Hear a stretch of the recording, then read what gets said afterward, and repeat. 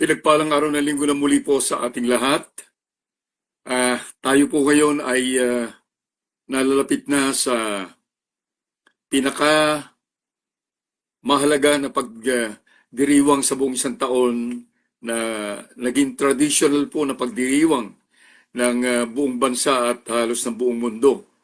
At ito po ay yung ating traditional Christmas celebration na ginagawa po sa buong mundo. Na kaya po ang lahat ng mga tao ngayon, halos lahat ng tao, ay sobrang abala na. O di kaya naman yung iba naman ay nandun na po, engaged na sa mga iba't ibang social and religious activities na may kinalaman sa Christmas. At habang ang buong sangkristyanuhan, o quote-unquote siguro Christian world, ay abalang-abala po sa lahat ng preparation sa mga activities na ito. Tila baga, yung mga patuloy na mga pangyayaring nagaganap, both natural and man-made calamities na nagaganap sa buong mundo, yung mga social and political unrest, yung mga giyera, wars, at mga nagbabantang mga giyera sa pagitan ng mga bansa. At ganun din yung matinding financial bankruptcy sa maraming mga bansa ngayon, lalong-lalo ng Pilipinas, ay tila baga pinagsasawalang bahala ang lahat ng mga ito dahil po sa kaabalahan sa traditional Christmas celebration. At iyon po ang ating mapapansin kung kaya't napakahalaga po ang muli ay pagpapaalala po sa atin na tayo po ay nasa panahon po na kinakailangang maunawaan po natin yung tunay na kalalagayan ng mundo na ating kinalalagyan ngayon patungkol sa palatuntunan ng Diyos na makikita po natin na nagaganap na po ang halos lahat ng mga propesiya ng Bible, nagaganap na sa ating harapan ngayon, sa nangyayari sa pang-araw-araw nating mga buhay. Kaya po, ang ating pong tatalakayin ngayon ay may kinalaman po sa paalalang ito na magmumula po sa aklat ng Matthew chapter 25, verses 1 to 13, na pinamagatan po nating be faithful and watchful. Samahan po ninyo ako, basahin po natin ang mga talata rito. Then the kingdom of heaven will be comparable to 10 virgins who took their lamps and went out to meet the bridegroom. 5 of them were foolish and 5 were prudent. For when the foolish took their lamps, they took no oil with them, but the prudent took oil in flask along with their lamps. Now, while the bridegroom was delaying, they all got drowsy and began to sleep. But at midnight, there was a shout, "Behold, the bridegroom, come out to meet him." Then all those virgins rose and trimmed their lamps. The foolish said to the prudent, "Give us some of your oil, for our lamps are going out." But the prudent answered, "No, there will not be enough for us and you too. Go instead to the dealers and buy some for yourselves." And while they were going away to make the purchase, the bridegroom came, and those who were ready went in with him to the wedding feast, and the door was shut. Later the other virgins also came, saying, "Lord, Lord, open up for us." But he answered, "Truly, truly, I say to you, I do not know you. Be on the alert then, for you do not know the day nor the hour." Samahan po ninyo ako sa maikling panalangin. Aming Ama na makapangyarihan sa lahat, nilulalhati po namin ang inyong kabanal-banalang pangalan, Panginoon, sa inyong walang hanggang katapatan sa aming mga buhay. Patuloy po ninyo pinagkakaloob ang mga pribilehiyong ito, na kami po ay nakakadulog sa inyo upang kayo ay aming sambahin, parangalan sa pamagitan po ng aming buhay, at upang patuloy po na magabayan ng bawat katuruan na nagmumula sa inyong banal na salita. Hiningi po namin sa mga sandaling ito ang paghahari mo sa aming kalagitnaan at kaugnayin po ninyo ang bawat isa sa amin ayon sa pangangailangan namin, O Diyos. Katagpuin po ninyo kami sa aming mga puso at ipahintulot po ninyo, Panginoon, na maunawaan po namin, ang bawat isa sa amin, maunawaan po namin ng lubos-lubusan. Kung ano po ang nais mo na gawin po namin upang kami ay maging handa sa iyong muling pagbabalik. Salamat po, Panginoon, sa inyo lamang lahat ng papurit pagsamba. Sa pangalan ni Jesus, na aming Panginoon at tagapagligtas. Amen. Amen. Ang ating pong binasa ay yung Parable of the Ten Virgins. At yung pong talinghaga na ito ay isa sa mga warnings o paalala ng Panginoon sa lahat ng tao sa buong mundo upang sa ganun ay hindi po tayo malagay sa alanganin o masurpresa po tayo at ating pong hindi abutan ang tsansa ng pagdating ng Panginoon kapag tayo po hindi handa sapagkat siya'y darating na walang kaabog-abog.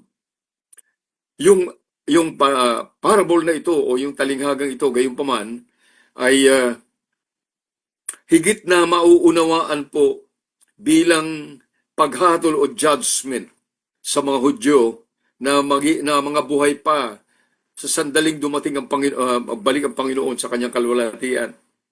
At makikita natin ang konteksto nito, ang pangyayaring ito na ipinaliwanag po sa Matthew 24. Marami pong talata sa Matthew 24 na nagpapakita po ng konteksto ng Matthew 25. Ngunit particularly, tingnan po natin yung verse 44.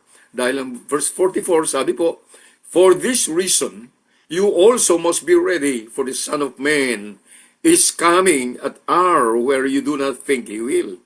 So, ito sinasabing pinaalala na po na darating ang Panginoon sa mga sandali na walang nag-aakala.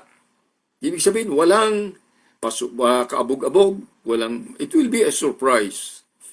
Kaya po, talaga nangangailangan na maunawaan po natin ang talinghagang ito hindi lamang po sa konteksto ng mga Hudyo, kundi gayon din po at the same time ay maari po nating iugnay sa ating kasalukuyang kalalagayan na may kinalaman po sa inaasahan nating pagbabalik ng Panginoon na anumang sandali at kung ano ang dapat natin gawin. Kung kaya dahil po sa dalawang pananaw na ito, natitingnan natin pareho, ay mamamaximize po natin ang aral na dapat nating matutunan mula po sa parable. Hindi lamang patungkol sa future ng mga Hudyo, kundi ganun din sa kung ano ang nais ng Panginoon na gagawin natin at ginagawa natin habang tayo po ay naghihintay sa kanyang muling pagbabalik. So, unang-una po na makikita natin, actually, dalawang puntos lamang po ito, the parable in the context of the Jews. Israel is pictured as 10 virgins who are waiting for the return of the bridegroom. Ito po yung konteksto sa mga Hudyo at ito rin yung talagang nakasulat sapagkat ang Book of Matthew ay patungkol nga sa Israel. So, dito po makikita po natin na ginamit po na paglalarawan ang 10 babae, 10 birhen bilang paglalarawan po ng mga Hudyo sa araw ng pagdating ng Panginoon. At sa araw na yon, sa mga panahon na yon, ang Panginoong Hesus ay nandito sa lupa kasi para po makita po natin yung background ay nakaugalian ng mga tao na ang nobyo ay babalik sa kanyang bahay, sa kanyang tahanan, matapos po na kaunin niya ang kanyang nobya at pabalik sa kanyang tahanan at ito po ay sa pamagitan ng prosesyon at doon po ay magkakaroon ng pagtitipon ng handaan at magi-enjoy ang lahat. Kaya dito po sa talinghaga ito ay inilalarawan po ang Panginoong Hesus bilang hari na magbabalik mula sa langit kasama ang kanyang nobyo. Yung pong kanyang bride dito is actually the church. Tayo po. Upang papasok na po sa millennium. At yung mga Hudyo po sa panahon ng tribulation o yung 7 taon na pagdurusa dito sa mundo ay kasama po sila, kabilang sila sa mga aanyayahan na mga panauhin. Mabibigyan ng pribilehiyo na maanyayahan bilang panauhin upang makibahagi sa walang kapantay na piging na magaganap. At dito sa piging na ito, unang-una nating makikita, letter A is preparation. Ano po?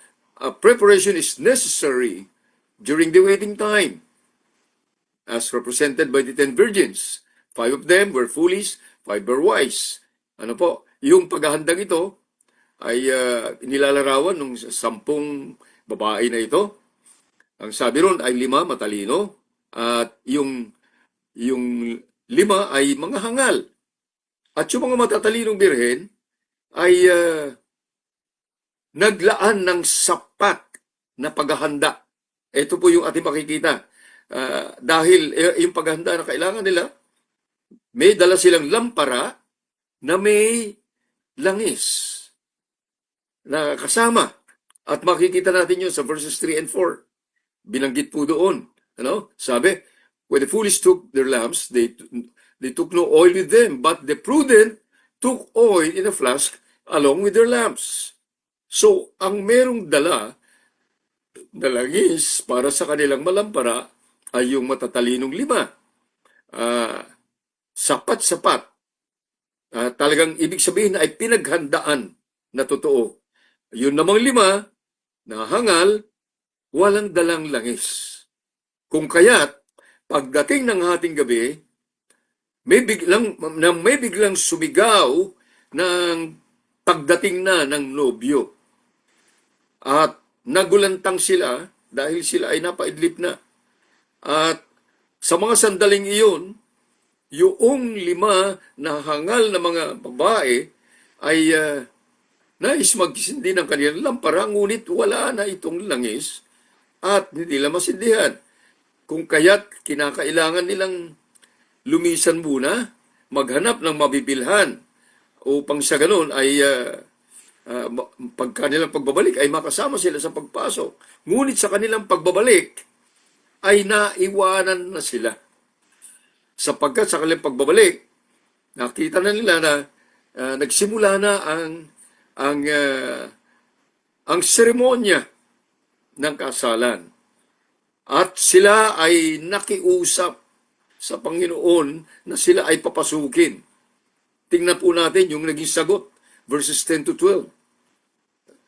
Ito sabi, and while they were going away to make the purchase, the bridegroom came, and those who were ready went with him to the wedding feast, and the door was shut. Later, the other virgins along came, saying, Lord, Lord, open up for us. Ito po yung masaklap na parte. But he answered, Truly, truly, I say to you, I do not know you. Ito po yung masakit na parte ron.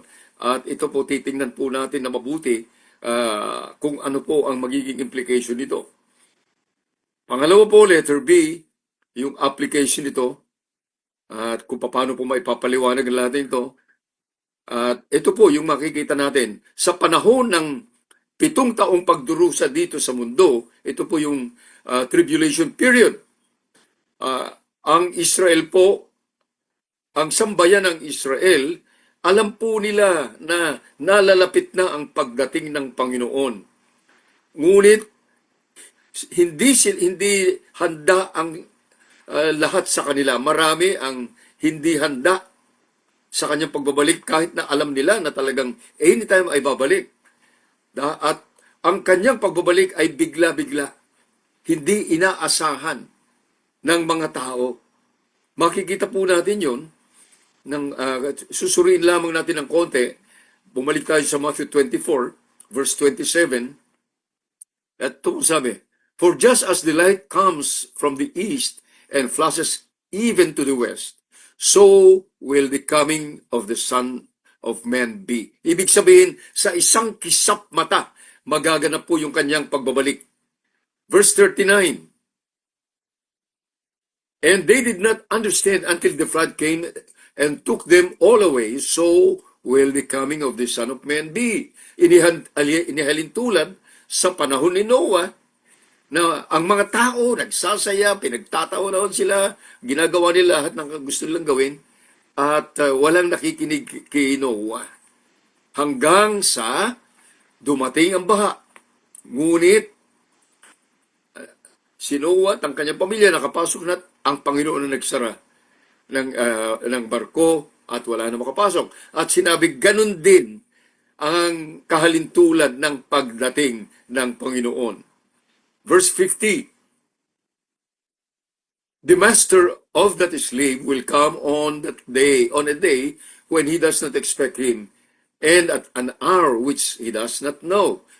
Paulit-ulit na sinasabi na ito po'y sorpresa na hindi malalaman. Walang kaabog-abog ay darating ang Panginoon. Ngayon po, yung langis na binanggit po rito para sa kanilang lampara ay naglalarawan po ng Holy Spirit at ang kanyang gawain para sa kaligtasan. Yung 5 hangal na mga birhen ay naglalarawan po sa mga tao na nagsasabing sila ay Kristiyano, ngunit wala ang Espiritu Santo sa kanila dahil hindi sila tunay na nagkaroon ng kaligtasan. At higit pa ron, ang kaligtasan ay hindi lamang pagsasalita, pagsambit ng nananampalataya, hindi lamang ito mula sa bunganga, kundi ito po ay nangangailangan talaga ng isang pagkakaroon ng bagong buhay, bagong puso, bagong espiritu na ginagawa. Ito po yung gawain ng Holy Spirit. It involves regeneration by the Holy Spirit. Ito po yung talagang kailangan mangyari. Kaya po, merely professing to be a Christian does not make a person a Christian. There must be a regeneration, or there must be a new birth that will happen na ito po ay sa kapangyarihan ng Espiritu Santo. Kaya po, yung spiritual condition nung 5 hangal na mga babae, wala sa kanila ang Espiritu Santo dahil hindi naman sila totoong nagkaroon ng kaligtasan. Kaya ang kahalintulad nila, wala silang kakayahan na patuloy na magpapanggap hanggang sa huli. Wala nang apoy, wala nang ilaw yung kanilang lampara. Kung kaya't sila ay hindi kasama doon sa piging, hindi kasama sa pagpasok sa kaharian ng langit. Nabigo sila, hindi sila nakapasok. Dahil nung dumating ang hari, sila ay hindi handa. Wala silang Espiritu Santo. So, wala silang kakayahan at there was no way for them to enter the kingdom of heaven. Kung kaya't, dahil hindi alam ng kahit sino kung anong araw, anong oras na ang Panginoon ay magbabalik, ang mga mananampalataya sa panahon ng 7 taong pagdurusa o tribulation period ay dapat na manatiling nagmamatsyag, dapat na manatiling mulat, gising, at laging handa, laging alerto, at dapat patuloy na umaapoy ang Espiritu Santo sa kanilang puso. Ito po yung binanggit ng Matthew 24, verse 42. "Therefore, be on the alert, for you do not know which day your Lord is coming." Alerto. nagmamatsyag, mulat, gising, handa. Ito po yung gusto ipakita. Kaya po, doon sa kalalagayan nung limang matatalinong birhen, sila'y handa. Meron sila nung langis o nasa kanilang Espiritu Santo. At sila ay mga tapat na mananampalataya na tinatahak nila ang landas na inilaan ng Panginoon para sa kanila at sila'y namumuhay ayon sa kalooban ng Diyos. At sila'y laging handa kung kaya't sila ay kasama sa piging sa walang hanggang kaharian ng Diyos. Ito po yung paglalarawan ng kalalagayan ng Israel sa panahon ng period of tribulation. Ngayon, tingnan po natin sa point number 2, the parable in the context of present professing Christians and true believers in Christ. Kaya po natin ilalagay yung professing Christians ay yung mga nagsasabing sila'y Kristiyano lamang, which needs to be proven. Okay, yun po yung ating titingnan. Kaya po, unang-una, letter A, para po makita natin kahalintulad, the foolish virgins are like the professing Christians who are just hypocrites, who have lamps but not have enough oil to sustain their light. Hipokrito, mapagpanggap. Ito po yung nihalintulad dun sa limang hangal na mga birhen. Mapagpanggap yung mga tao na wala sa kanilang Espiritu Santo, nagpapanggap lang silang Kristiyano, akala lang nila totoo silang nananampalataya, ngunit walang katotohanan sapagkat hindi siya nagkaroon ng totoong kaligtasan at wala sa kanilang Espiritu Santo. Nakahalintulad nung limang hangal na birhen na walang langis ang kanilang ilawan. Kaya ang mga ganitong tao, professing Christians, are not capable of pretending so long. Wala silang kakayahan na magpatuloy, na magpanggap bilang mga mananampalataya hanggang sa uli. Kasi hindi naman sila totoong nagkaroon ng kaligtasan. Wala silang buhay ng Espiritu Santo sa kanila. They do not have the Holy Spirit. There's no life of the Holy Spirit in them.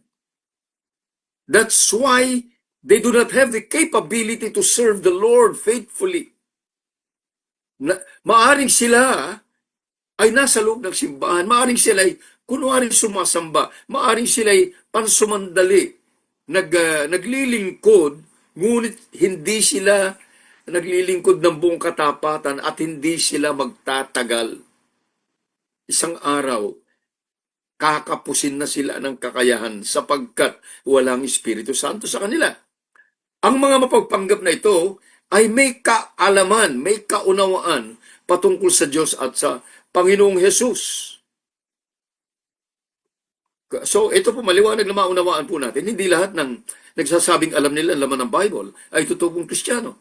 Hindi lahat ng mga magagaling sa doctrines ay totoong Kristiyano. Kasi kahit sino po pwedeng aralin ng Bible. Ngunit, kung walang Espiritu Santo, yun po ay panlabas lamang at sa isip lamang, wala sa puso, wala sa espiritu. Kung kaya tamang ito, may kaalaman sila patungkol sa Diyos, patungkol sa Panginoong Hesus, patungkol sa Espiritu Santo, at sila ay nagsasabi na sila ay nananampalataya, ngunit hindi nila magagawa na patuloy na magpanggap bilang mananampalataya hanggang sa huli. Hindi rin nila kayang maglingkod na nagpapatuloy hanggang sa huli. Dahil hindi nila kayang maging tapat kung hindi nananahan sa kanilang Espiritu Santo. Kaya, isang araw, kakapusin sila. Wala na silang langis. Walang Espiritu Santo sa kanila. Aayaw at aayaw sila. Wala silang kakayahan na manatiling matatag, manindigan sa gitna ng mga pagdurusa at pagsubok. Hindi nila magawa na magpatuloy na magsasabing sila Kristiyano hanggang sa pagdating ng Panginoong Hesus. Dahil hindi naman sila totoong nakatanggap ng kaligtasan. Wala silang langis. Walang Espiritu Santo. Walang Espiritu Santo na gumagawa sa kanilang buhay. Yun po yung problema. Pagdating at sa pagdating ng nobyo, yung bridegroom, gaya po nung 5 hangal na mga birhen na nanghihingi ng langis. Ngunit imposible po yun. Hindi maaring mangyari. Nung humingi sila sa 5 matalino, sabi nila, hindi pwede. Dahil walang sapat para sa inyo at para sa amin. At sa aspetong ito po, ay gusto pong bigyan tayo ng Panginoon ng pangunawa at mas malalim na pangunawa kung ano pong kahulugan nito. At ito po, ang ibig po sabihin ay maging handa tayo sa kanyang pagdating.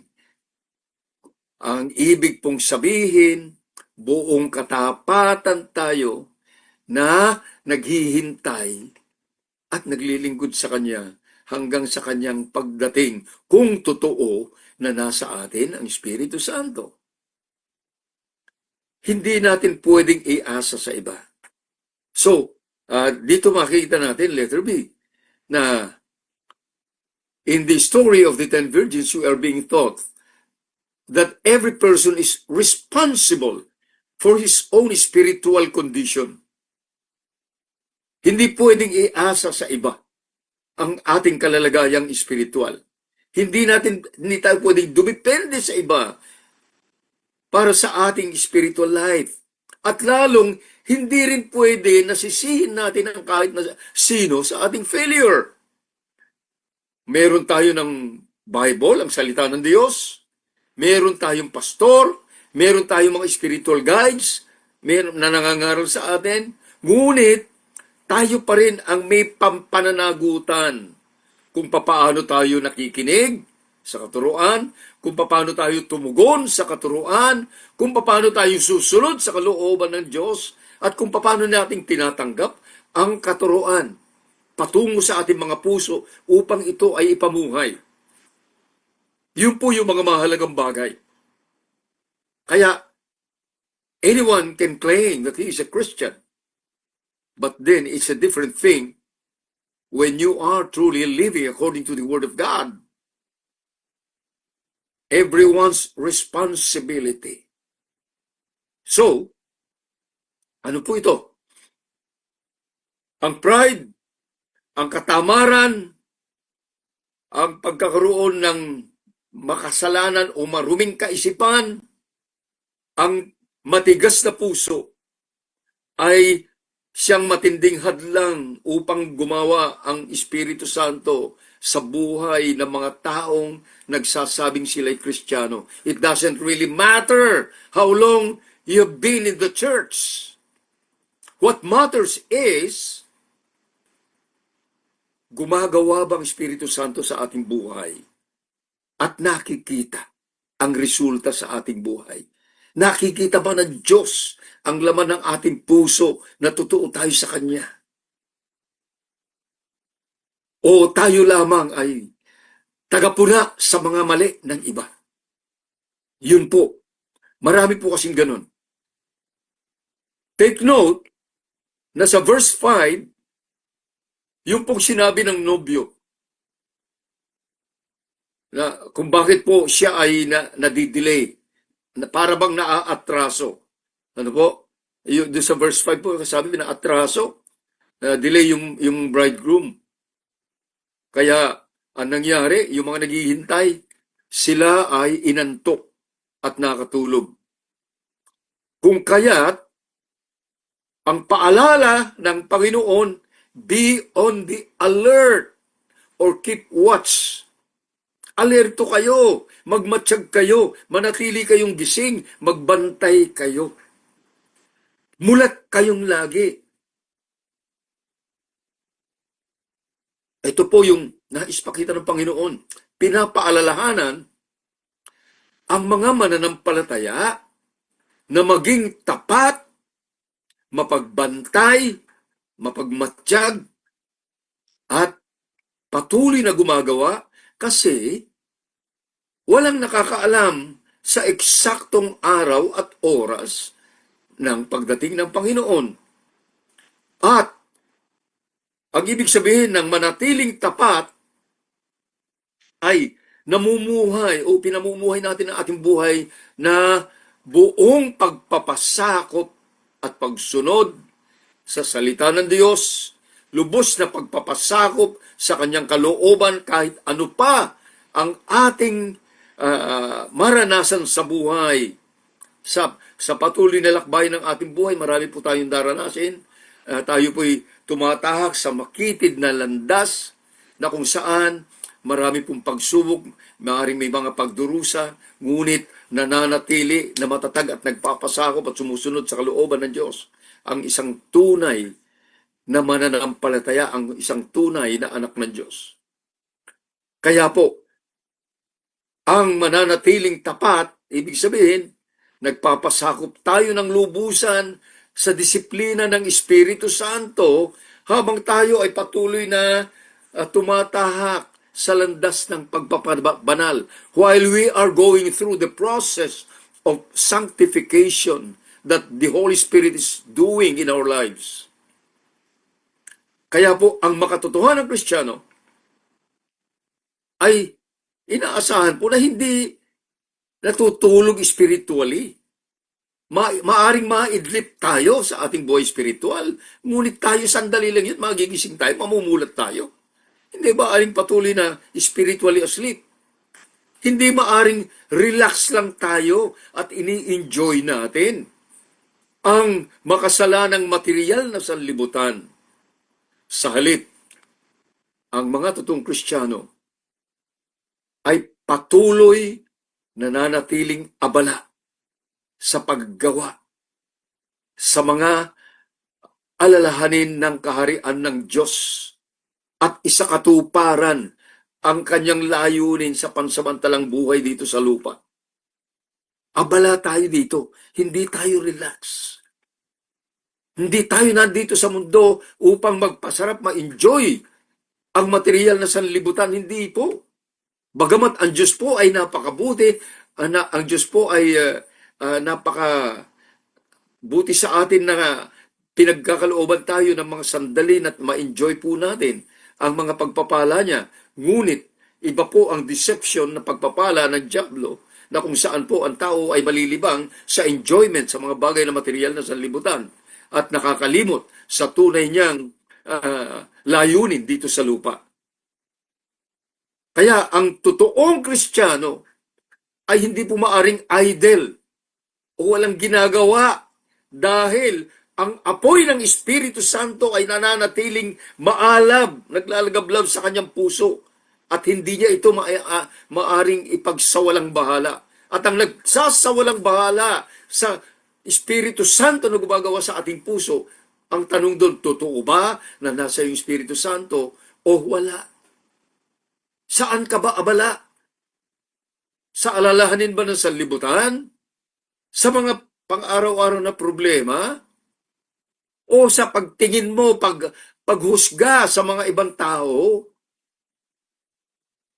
O at totoong abala ka sa mga alalahanin ng kaharian ng Diyos? And that will be a big question mark that we need to answer sa harapan ng Panginoon. Isang araw, bawat isa sa atin, haharap sa Kanya. At isusulit natin sa Kanya ang lahat ng mga bagay na ating ginawa na hindi dapat ginawa. At ang mga bagay na dapat natin na hindi na ginawa natin na hindi dapat ginawa at mga bagay na ginawa natin na hindi dapat. That's why we cannot ignore the fire of the Holy Spirit. If the Holy Spirit lives in us, gumagawa siya. Hindi tayo mapapanatag sa makamundong pamumuhay na ito at sa material ng sanlibutan. Hindi mapapanatag ang tunay na Kristiyano kung alam niya na siya ay hindi nagagamit ng Panginoon at hindi nagsasakatuparan ang layunin ng Diyos sa kanyang buhay. Kaya't bilang anak ng Diyos, napakahalaga po na kinakailangang bantayan natin ang ating puso at kaisipan. Bantayan natin ang ating kaisipan mula sa mga lihim na kasalanan, mula sa mga malisyosong kaisipan patungkol o laban sa ating kapwa. Dahil ang mga ito ang maari maging dahilan upang tayo ay bumagsak sa patibong ni Satanas na magre-resulta ito ng pagkakaroon ng maligamgam na buhay espiritual, lukewarm spiritual life. Nakahalintulad nitong limang birhen. Actually, silang lahat ay nainantok. Tatandaan natin na sinabi ng Panginoon, sa Revelations, neither you are cold nor hot, I will spit you out of my mouth. Dahil hindi ka mainit, hindi ka rin malamig, ikaw ay maligamgam, ikaw ay isusuka ko. We need to be extremely hot or extremely cold. Nang ibig po sabihin, full blast ang ating buhay sa ating relasyon sa Panginoon at sa pagsasakatuparan ng kanyang palatuntunan sa ating buhay.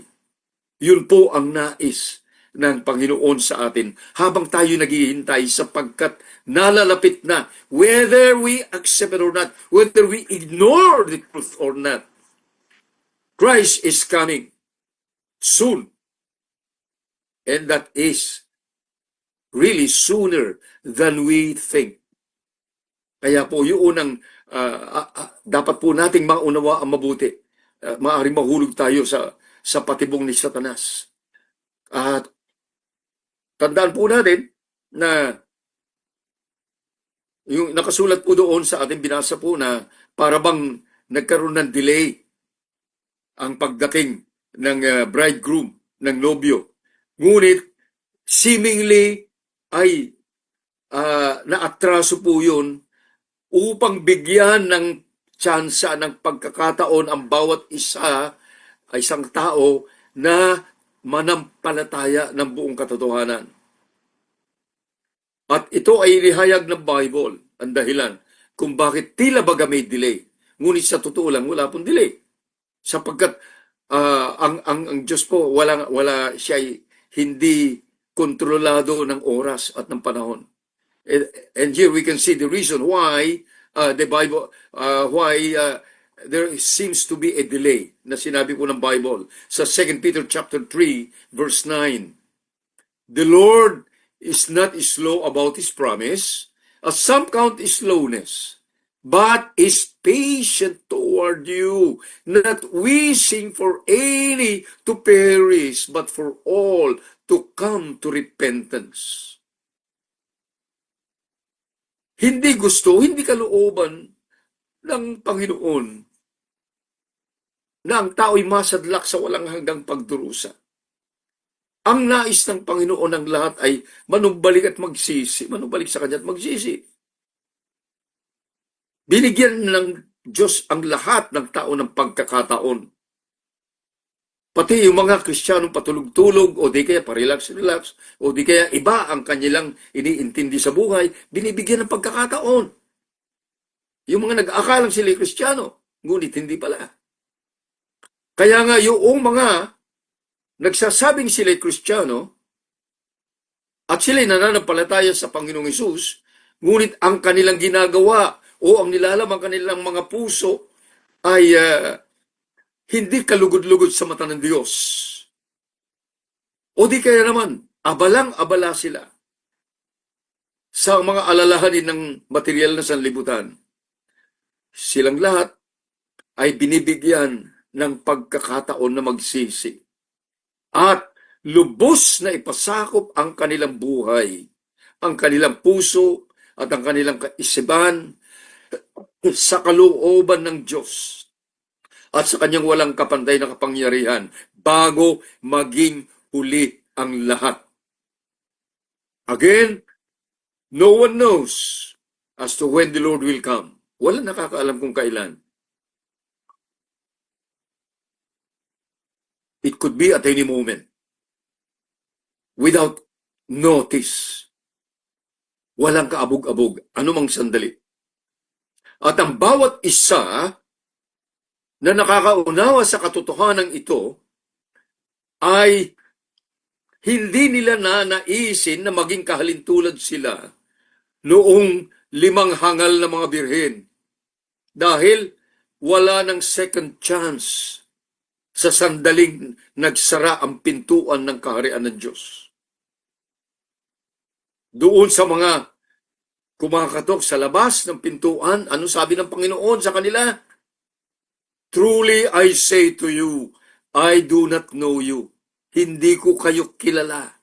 At ito yung kakilakilabot na mga pananalita mula sa Panginoon. Hindi lamang doon sa 5 hangal na mga birhen, kundi sa lahat ng nag-aakala na may pagkakataon po sila pagkatapos magsara ang langit. Muli,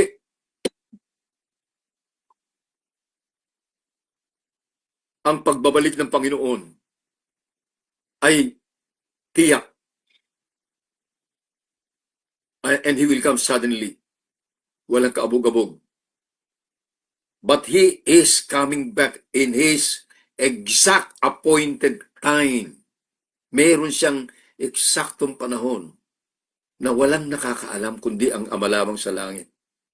At sa kanyang pagdating, yun lamang totoong handa. Yun lamang may langis ang kanilang lampara o yung nasa kanila ang presensya ng Espiritu Santo ang makakasama niya sa kanyang walang hanggang kalwalatian.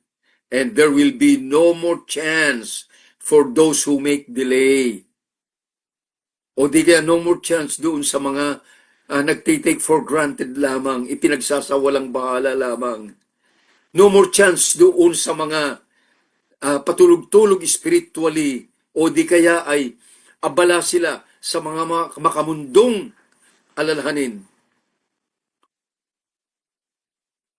Tingnan po natin sinasabing muli. Balikan natin ang Matthew 24, verses 36 to 39. But of that day and hour, no one knows, not even the angels of heaven, nor the Son, nor the Father alone, but the Father alone. For the coming of the Son of Man will be just like the days of Noah. For as in those days, before the flood, they were eating and drinking, marrying, and giving in marriage until the day that Noah entered the ark. And they did not understand until the flood came and took them all away. So will the coming of the Son of Man be. Ginamit na paghahalimbawa sapagkat ito ang lesson na unang-una pa, sa simula pa, ipinahayag na ng Panginoon sa atin. Ang lesson at ang paghahalimbawa ng naganap sa panahon ni Noah. Ang mga tao, pareho rin na nangyayari ngayon. Lahat ng tao ay abala. Abala sa negosyo, abala sa pagsasaya, abala sa pagdiriwang ng mga makumundong pagdiriwang, abala sa kanya-kanya mga problema sa buhay, abala sa pagpapayaman, abala sa pagpapasasa sa sarili, abala sa kung saan sa mga bagay. At taken for granted ang mga bagay na patungkol sa kaharian ng Diyos. At walang kaabog-abog, darating ang Panginoon. Ibinigay po ito beforehand. Sa simula pa lang, bilang paalala sa atin, yung panahon ni Noah. Sapagkat ito'y kahalintulad na magaganap sa ating panahunan ngayon. Kaya nga, kung sinasabi natin tayo ay totoong Kristiyano, tayo ay pinapaalalahanan at inaatasan na manatiling tapat hanggang sa huling sandali, mapagbantay dahil ang Panginoon ay darating without warning, walang kaabog-abog. Basahin natin 1 Thessalonians chapter 4, verses 13 to 18. But we do not want you to be uninformed, brethren, about those who are asleep, so that you will not grieve as do the rest who have no hope. For if we believe that Jesus died and rose again, even so God will bring with him those who have fallen asleep in Jesus. Ito yung mga nauna na. Nauna na namatay, nananampalataya sa Panginoong Hesus. For this we say to you by the word of the Lord, that we who are alive and remain until the coming of the Lord will not precede those who have fallen asleep. For the Lord himself will descend from heaven with a shout, with the voice of the archangel, and with the trumpet of God, and the dead in Christ will rise first. Then we who are alive and remain will be caught up together with them in the clouds to meet the Lord in the air. And so we shall always be with the Lord. Therefore, comfort one another with his words. So, ano po yung pinapakita rito ng pagpapaalala sa atin? Ano man po ang ating dinaraanan ngayon, nag-i-enjoy ka sa mga makamundong material na bagay, nagpapasarap ka sa buhay, abala ka sa negosyo, abala ka sa mga makamundong activities, o di kaya ikaw ba ay nagdurusa at nagsasakripisyo bilang isang totoong mananampalataya, nahihirapan ka ba, whatever it is. Ito'y nagbibigay sa atin ng kalakasan. Isang araw, tutunog ang trumpeta mula sa langit. Ang mga nauna ng nanampalataya umasa sa Panginoon ay mauunang babangon, tatawagin ng Panginoon. This will be the rapture. At pagkatapos nun, sa pagtunog uli ng trumpeta sa isang kisap mata, ang lahat na nabubuhay pa na totoong nananampalataya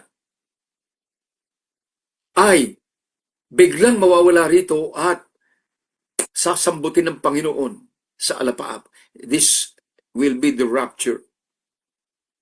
At there will be a grand reunion.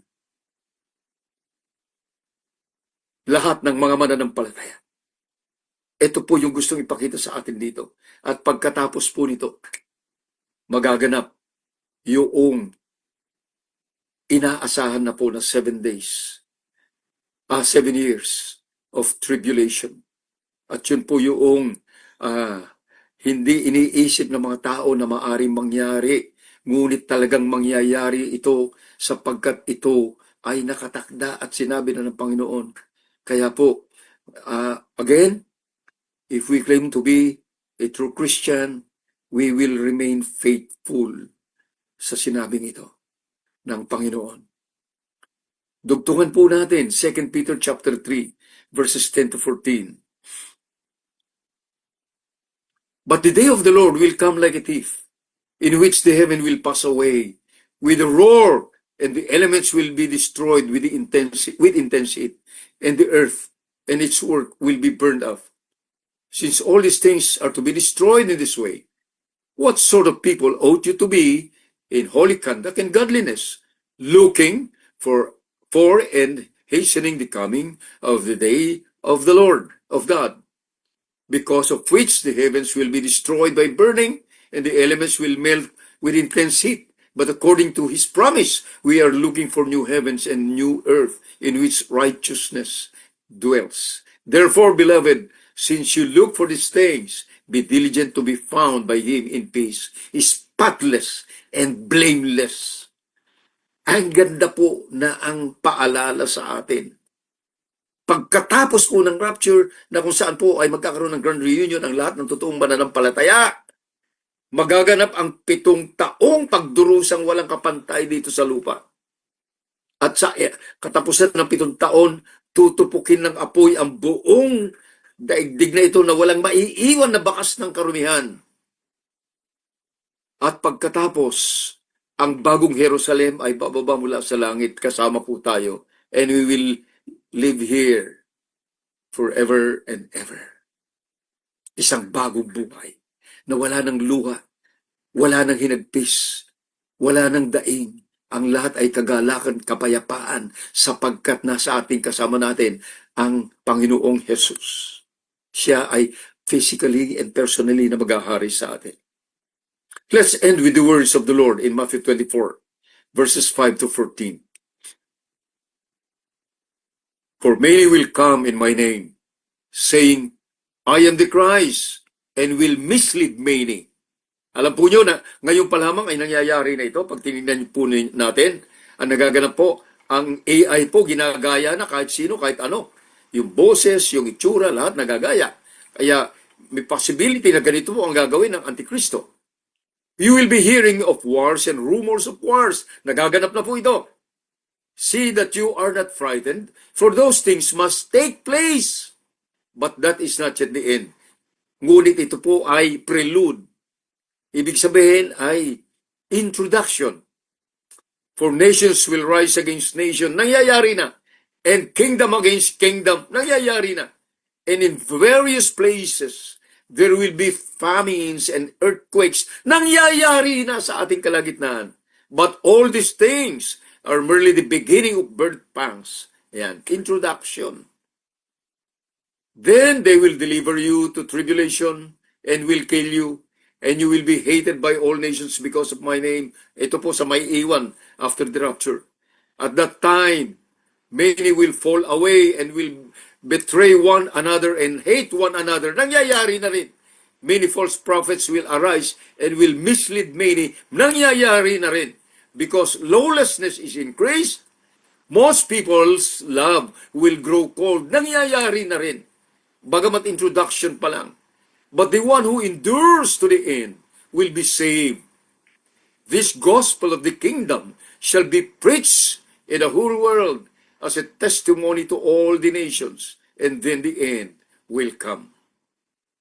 Ang lahat po ng ito, na bagamat future, near future, marami na po ang introduction na nangyayari na po ang lahat ng ito. Kaya po, bagamat ang lahat ng ito ay expected na mangyayari during the 7 years tribulation period, ulitin natin, marami na sa mga pangyayaring ito ang aktual na nangyayari sa ating harapan ngayon. Kaya imulat natin ang ating mga mata. Magpakumbaba sa harap ng Panginoon. At lahat ng mga paalala sa ating ito ay ating seryosohin, natanggapin. Lubos na magsuko ng buhay sa kapangyarihan ng Panginoong Hesus. Magsisi sa lahat ng hindi makadiyos na kaparaanan ng pamumuhay at ipagkatiwala ang lahat sa mga pangyarihang kamay ng Panginoong Hesus bilang ating Panginoon at tagapagligtas. Ngayon, magpakailanman, dahil bukas, maaring huli na. Maaring hindi pa rapture bukas, ngunit maaring huling araw muna. No one knows. That's the reason why preparation is now. Surrender your lives to the Lord Jesus Christ. Tayo pong lahat ay manalangin. Luwalhatiin ka, aming Diyos na banal.